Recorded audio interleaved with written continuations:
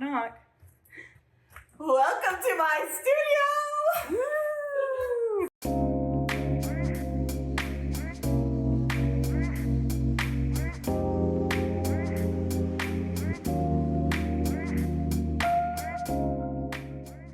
Hi friends, welcome back to my channel. For those of you that don't know me, my name is Fiona and I'm a full-time artist. And on this channel, I like to take you with me on my artistic journey, whether that means working on projects here in my studio, going out to see art exhibits, buying art supplies and sharing my haul with you, basically any art-related content. So if that sounds like something you're into, please like and subscribe. It's one free click for you, but it makes a big, big difference for my channel and I would really appreciate it. All right, friends, we are back with another studio tour this week. In case you didn't know, I took some time over the summer to visit a few artist friends. They welcomed us into their studio, shared their thoughts on their art practice, show us how they organize their space, and were just very, very generous with their time. So thank you to them. The reason that I've been doing this is because I've been working very, very hard on a holiday shop launch. All my product is here behind. You can see it here. And yeah, it will be coming out Black Friday. So mark your calendars for that and stay tuned. So today's artist is my friend Beth Kearney. She is a multidisciplinary artist and she's an artist who had to step away from her art practice for a while for multiple reasons. And she has returned to it and she's just finding a new level of fulfillment in it. And I think that this video is really good for anybody who just feels like life has gotten in the way of their art practice, and to have that reinvigoration and reminder that it is never too late to pursue what you want to do. So she's an artist that has multiple different interests. She's come from doing photography and film. She has a lot of musicians in her family and will collaborate with them. She recently collaborated with someone that does glass work. She works on plexiglass and paints it. She does acrylics. She's done oil-based stuff. She works on reclaimed wood. She also has recently gotten into watercolors. So she's just super creative, trying all these different things. And I think you're just gonna find it to be very interesting. She has such a fun personality. And I'm sure you noticed from the intro that it shows right off the bat. So her space is gorgeous and it's recently been renovated. They've took their garage of their home, and so they've renovated that second floor to be the studio space. They're working on the first floor as well. One thing I will say is that she shares a space with her husband. So his office is on the other side of the studio and he asked to not be filmed and he didn't want his part of the studio shown. So we tried to keep that angle towards Beth's space as well as just respecting his privacy. So just wanted to make a little note about that. But I think you're really gonna love the video. She's so fun, she has a lot to say, and I think you'll enjoy her work. So let's jump into it with her starting out on her education, how she got into art.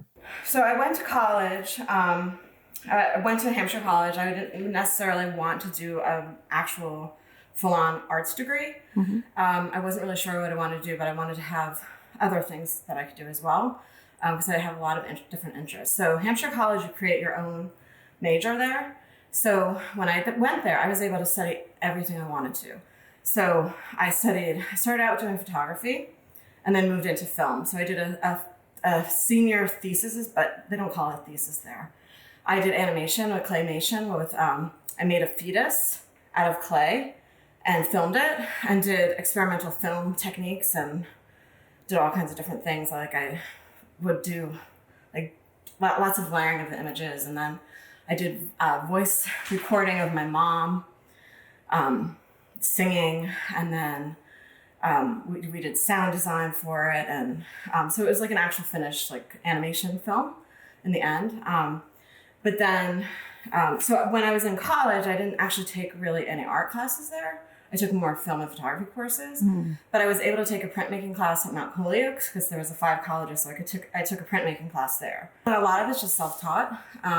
You know, I didn't really take official like painting classes and stuff like that.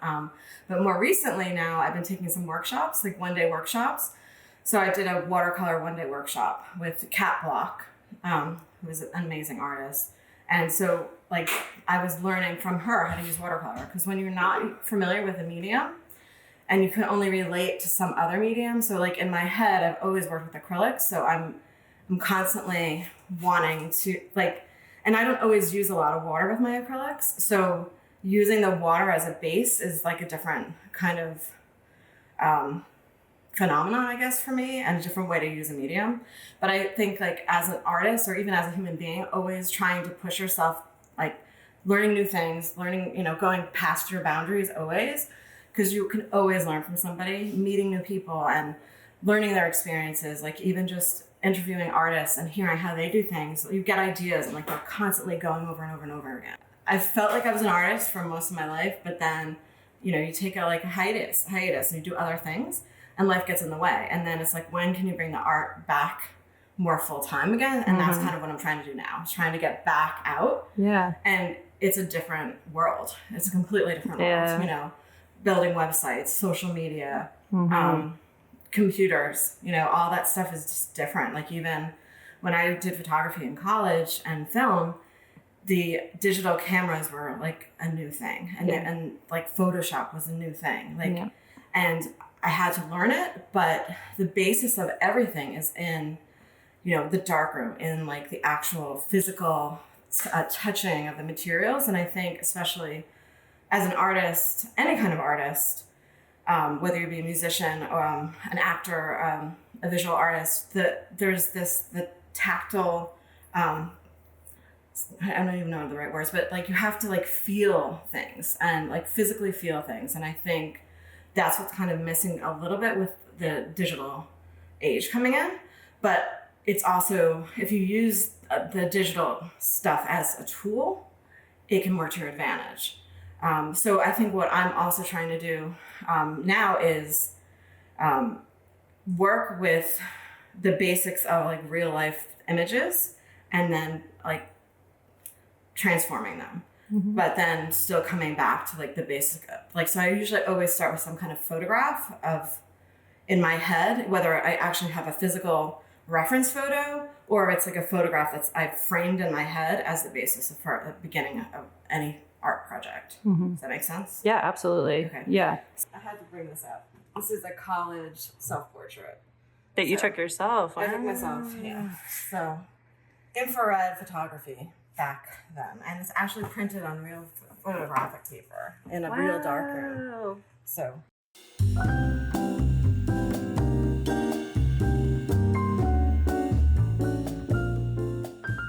Here are my supplies. I'm brand new to watercolor. Watercolor I just started about a month ago. And so I have very small amount of supplies, but I have watercolor pencils and watercolors, and everything I love to do lately, it has to have like some shimmer or shine. So here are some iridescent medium that I haven't used yet, but I'm excited to try this out. This is the drawer that has like brushes, but a lot of the brushes aren't even in here. Oh, an empty drawer for future. These are these vitrile paints by Pabio. They are amazing paints. They're actually, the ones I use are oil, and they're like have a stained glass effect that I've been using to paint on plexiglass. So I'll show you a piece of that later. And you'll see, but it has like a stained glass effect. Okay, this drawer has some recent print work that I've been working on. So my most recent work I've been doing has been acrylic painting on reclaimed wood for the most part. And this is a photograph that I played around with the emulsion, and it has a city scene. It's a city, but it's also a piano. I have a family full of musicians and artists. I love that. Here is a piece I need to frame that is a photograph with hand coloring on top of it. Nice. And here is my first ever watercolor ever. Beautiful. So I'm Iris? Iris, yes. And gorgeous. then, and here's another photograph that I'm going to be working on top of. It's called Saxophone Dissection. So I'm going to be coloring on top of that. I just haven't, it's like a work in progress so far. Very cool. Okay, so these are the prints in here. This is a random drawer. I always keep for whatever reason, I don't know why, I always keep these colors of, yeah. Who knows what I'm going to ever do with them. Eventually I throw them out, but sometimes it's like, oh, what color is that? I don't have anything labeled. I don't even know what this one was from, but. And then these are some photographs some were taken by me, some were by friends with permission that I used to base some paintings on. So that's what everything's thrown in here. And then some watercolor paper, hot press. Here's a hot press tulip botanical drawing, which is kind of abstract, but I didn't. Do you have a favorite paper that you work on? No, because I actually don't really. You were saying reclaim the woods and canvas, yeah. Mostly. So there isn't any paper that I found that I really like. This is my acrylics, mishmash of acrylics. Some of these paint tubes are like 40 years old, or maybe 35 years old. They're so old. I mean, they're from. I don't even know if I could find these again, but these are really old paints that I've had since high school, believe it or not. Wow. And some of them are like really falling apart. And then I have some newer stuff and different cuts. So like, yeah, this is a. Look at the packaging. Yeah, so what is this from? This is from the 90s. Yeah. Don't tell me how much it cost back then. Yeah, so this is from the 90s. So. And then, some newer stuff that I've tried out, this Amsterdam brand. Yeah. It's very affordable, and I actually really like it. I like the quality of it. I use that in my work, too. So it's, my favorite, I think, is probably the Goldens. I really like the Goldens, and I like... Of course. I do like the Amsterdam, though, because I've been working with a lot of iridescent and, different iridescent and sparkly and silver and gold and stuff, so... Very cool. But the iridescent paints for Golden are great. I have, these glow-in-the-dark paints, too. I don't know if this is one of them. But some of them are, over there. But then, these are kind of my new favorite thing. I use this to do the drawing on top of... Neo color. Yeah, so I love these. These are brand new. I just started using them, but this was like a self-splurge. Yes. But I used that to draw on this. I see. So that was... Ta-da! Lovely. Free advertisement. Sponsor us. Posca markers are I don't know. I love them, but I feel like they're very expensive, so I use them sparingly. Yeah. A lot of times for fine lines, they're great, but this set is fantastic. So you can see some of them aren't even opened. I don't even have this set. Yeah, this is fantastic.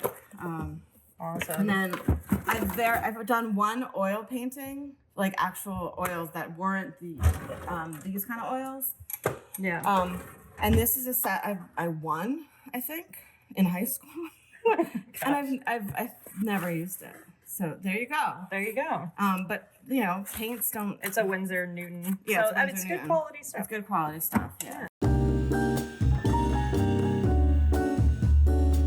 This I'm very excited about.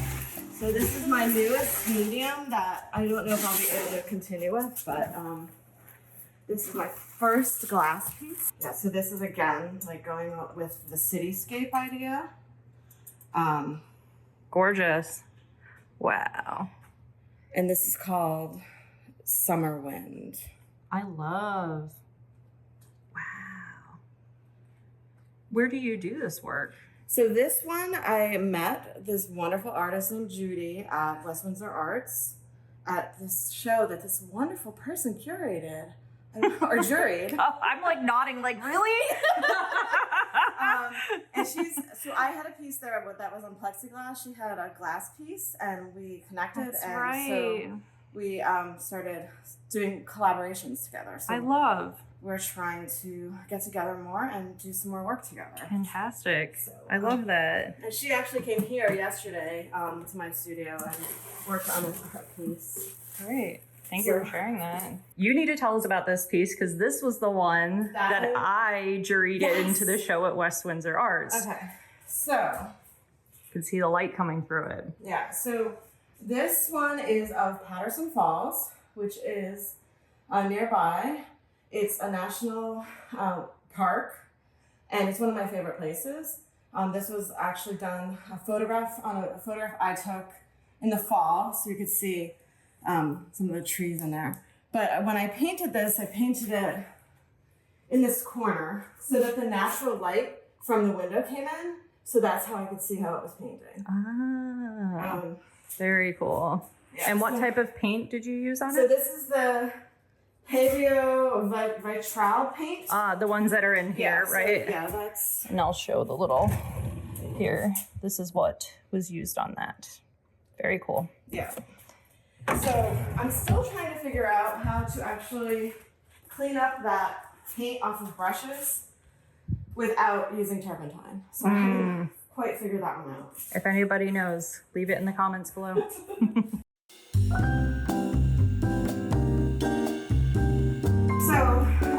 Yesterday I started, so I've only done watercolor, two finished pieces.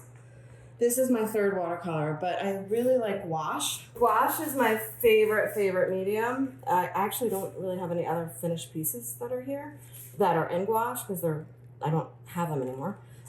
They've been either given away or what have you. But I like gouache because it has the consistency. So I never even worked in watercolor until recently, but I've been working in gouache.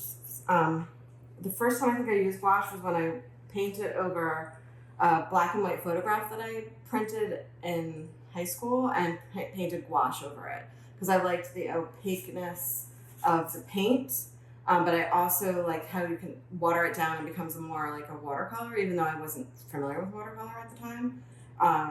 But then I also like how it has kind of this cartoony animated look to it with the vibrancy and the colors.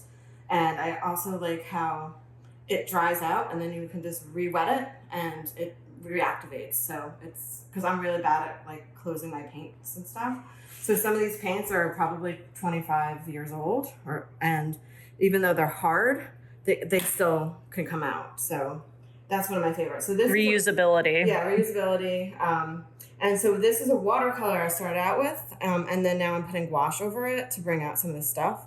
And again, like everything I've been doing lately, I like to use iridescent or fluorescent paints.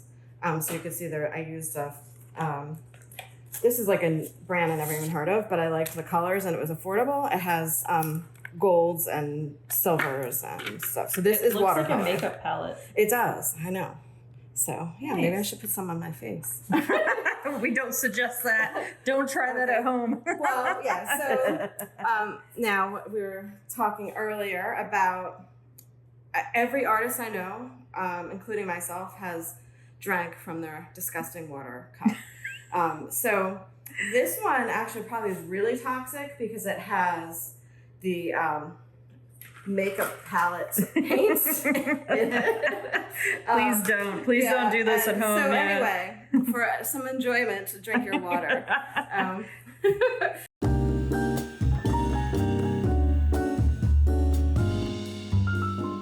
Okay, over here is where I usually do my painting. So I have the easel set up. I can move it around wherever. A lot of times I will actually, so I've been working on reclaimed wood. So this is like, junky old beat up wood from construction materials. And then I do layers and layers and layers of paint. So this was the first layer I did for the newest painting.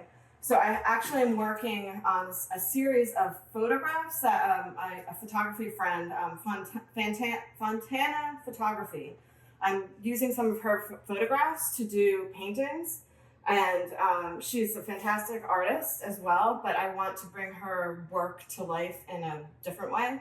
So this one is going to be turtles, but this is this is like its little sister painting that I finished. And this one actually glows in the dark too. But this is geese swimming, and everything's very, very textured. And again, this is on reclaimed wood. You can see the nails on the top. That everything just kind of gives a little personality, and depending on what angle you look at, you can see some of the grain of the wood, you can see the knots in the wood, and then I add a lot of texture on top of it with lots of layers of paint. Gorgeous. Here is paintings that are need to be worked on. I always have bottles of water since I don't have a sink up here, paper towels. Baby wipes are like the miracle thing for everything. And this is for children of the 70s and 80s and 90s. This is an original caboodle with dirt probably from 30 years ago. And this has some supplies in it. Like, look at these colors. Yes, neon, purple, and pink. I love it. This has some old pastels in it from I don't even know when. Sandpaper. It's like random weird little things. I don't even know what's in here. See? Awesome. Oh, the Little Mermaid. There you go. That tells you how old this is. This is probably when the Little Mermaid actually came out. So, here is some printmaking tools from when I did printmaking a long time ago, and some, yeah, a lot of this stuff hasn't been used, so it's all kind of falling apart. But cool. Oh, and a good brush. See, you always find brushes everywhere. That's coming out. That's coming out of the box. Yeah. So a lot of my brushes are really stiff because I just leave them in paint.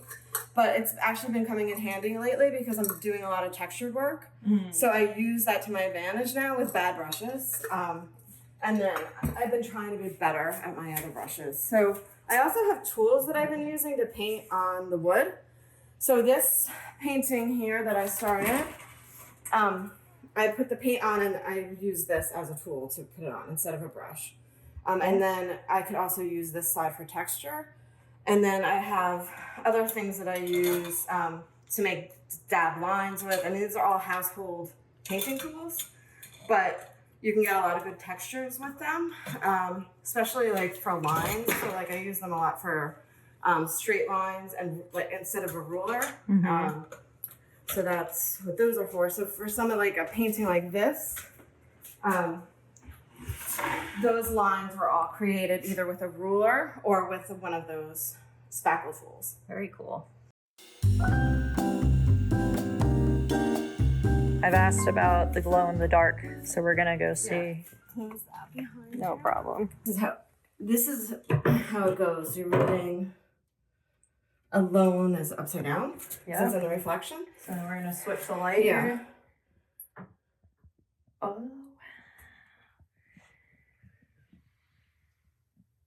All right, and then there's this guy, and wow, it's like glowing water lilies. That's what it looks like in the camera view. Gorgeous. Thank you.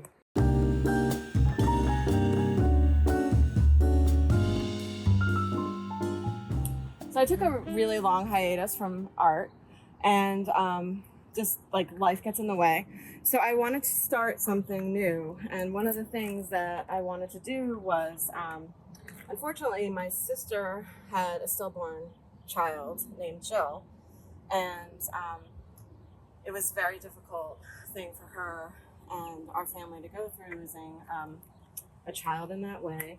And there's an organization in Montclair called Pockets of Light, and they help people with infant loss, stillborn loss, miscarriage loss, with counseling and resources. And they're a wonderful, wonderful resource, and they helped her, and in return helped all of us, because we couldn't help her in the way that we needed to or felt like we could. And so they had a fundraiser, and I had the idea to they did like a tricky tray, and I wanted to donate a painting to this cause. And this was the painting that I did, and it's called The Path. And what it is the path. They had a tree theme, and I called it The Path because it's like the path that we go on in life, and everybody's path is different, and sometimes the path that you go along isn't necessarily the path you choose, but you can find positive energy and hope coming out of those situations. Beautiful. So this is the painting, and luckily for me, one of my best friends won it, and so she actually gave it to us like on loan. She needs to get it back in her space, but yes. But you are sharing it with us today. Yeah. Thank you very much for that. It's beautiful. Yeah. So this painting was the catalyst for like re-emerging and getting my life back into really kind of going head first into this like independent art lifestyle again, like as a mature adult. So. And what a beautiful painting for that. Thank you.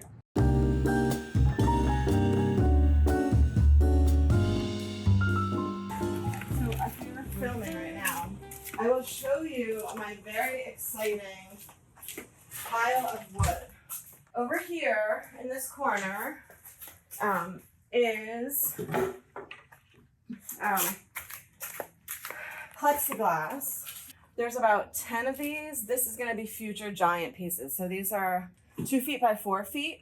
And I'm going to paint on them. They're filthy, but they're amazing and they're really fun. But I'm still trying to figure out the ideal way to show the work, because it ideally looks best if it's lit from behind or on a white wall. And these are like things that are for our house, but I might end up using them for some wood projects. But a lot of this wood that was in the pile of like throw it out was stuff I used to reclaim. And then here's my newest pile of wood that I am going to make sculptures and some more paintings on. Fantastic. So that's like ready to go. Here's some reclaimed wood that will be like the next couple projects. That's cut to like a normal size. And this is old canvases and frames that my cousin gave me that I'm going to try and repurpose. So some of them are canvases from my aunt, who is a painter, who has since passed. And I'm thinking about doing some collaborative work with her paintings and my work and kind of combining it to see kind of what I can come up with.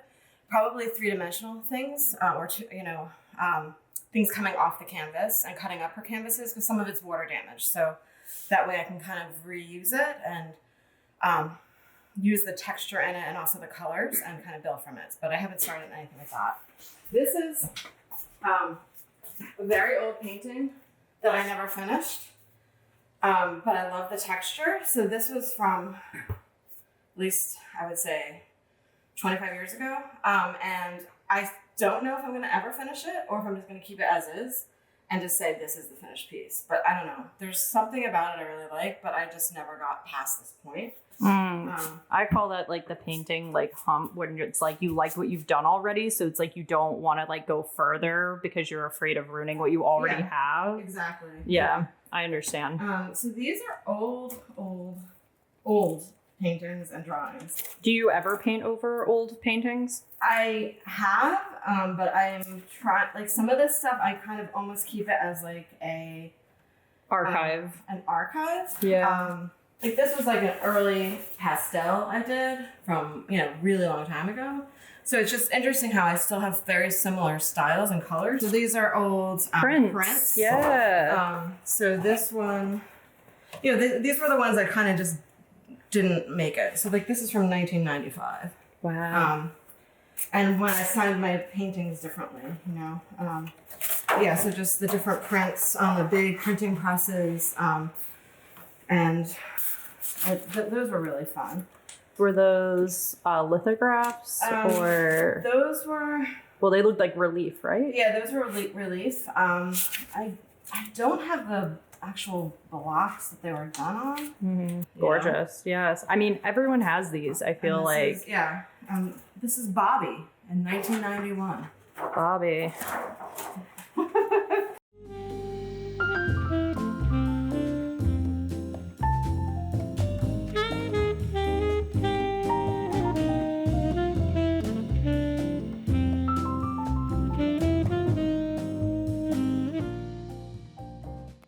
All right.